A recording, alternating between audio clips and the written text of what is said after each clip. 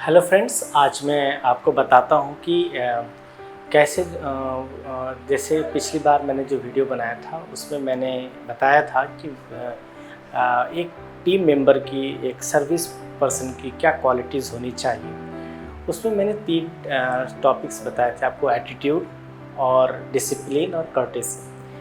Attitude के बारे में मैंने पिछली वीडियोस में बताया था और आज मैं जो डिस्कस करूँगा वो है आपका डिसिप्लिन।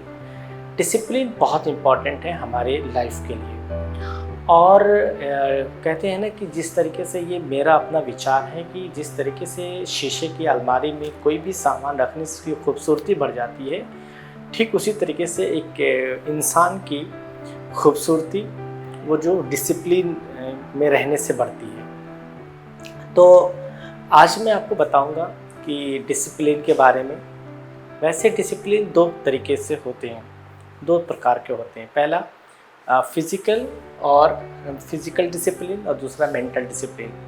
फिज़िकल डिसिप्लिन में क्या क्या आता है? हमारा आता है आपका हमारी ग्रूमिंग और हमारा जो है फिज़िकल कंडक्ट, हमारा बात करने का तरीका और ये सारी चीज़ें, हमारी ग्रूमिंग कैसे है, हम दिखते कैसे हैं और हमारा पहनावा भी डिसिप्लिन में ही आता है। और दूसरा जो है मतलब कि फॉर्मल या नॉन फॉर्मल, किस तरीके से हम अपने कपड़े को चूज़ करते हैं। ठीक है, इस तरीके से ये सारे डिसिप्लिन के अंदर में प्रोफेशनल दिख रहे हैं या नहीं दिख रहे हैं। और उसके बाद आता है मेंटल में हमारी सिंसियरिटी, हमारे ऑनेस्टी और आपका प्रिजर्वेंस, ये सारी की सारी चीज़ें हमारे मेंटल डिसिप्लिन में आता है। तो जितना अच्छा अगर हम ईमानदार हैं, हम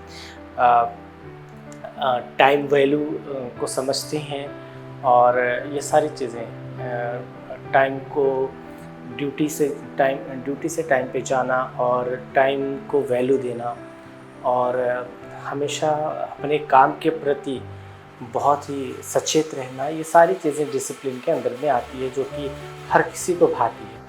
कुछ ऐसे वो आज मैं कुछ टॉपिक्स में आपको बताऊंगा जो कि हम गलती करने से या इनडिसिप्लिन में होने से हम बच सकते हैं।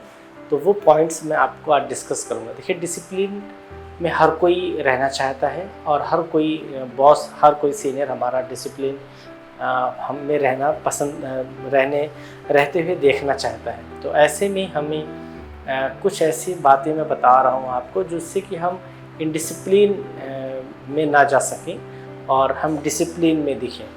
तो वो है पहला कि हमें हाउस के रूल्स एंड रेगुलेशन, मतलब कि जो होटल के रूल्स एंड रेगुलेशन हैं वो हमेशा अपडेट होने चाहिए, जिससे कि हम जो रूल्स एंड रेगुलेशन है, जो पॉलिसी है, उसको हम अगर फॉलो करते हैं प्रॉपर तो हम डिसिप्लिन में कहलाते हैं। अगर हम उसके रूल्स एंड रेगुलेशन को नहीं मानते तो इनडिसिप्लिन मैनर में आता है।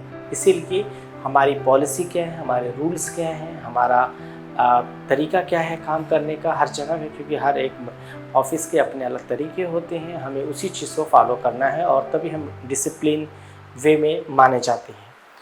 दूसरा आता है कि अगर हम डिसिप्लिन में रहते हैं, डिसिप्लिन बना के रखते हैं, तो उसमें हमारा जो है क्या होता है, हमारे अंदर हमारी रेपुटेशन बनती है उससे, और हमें रिकॉग्निशन मिलता है और उसका एक अच्छा रिवॉर्ड मिलता है।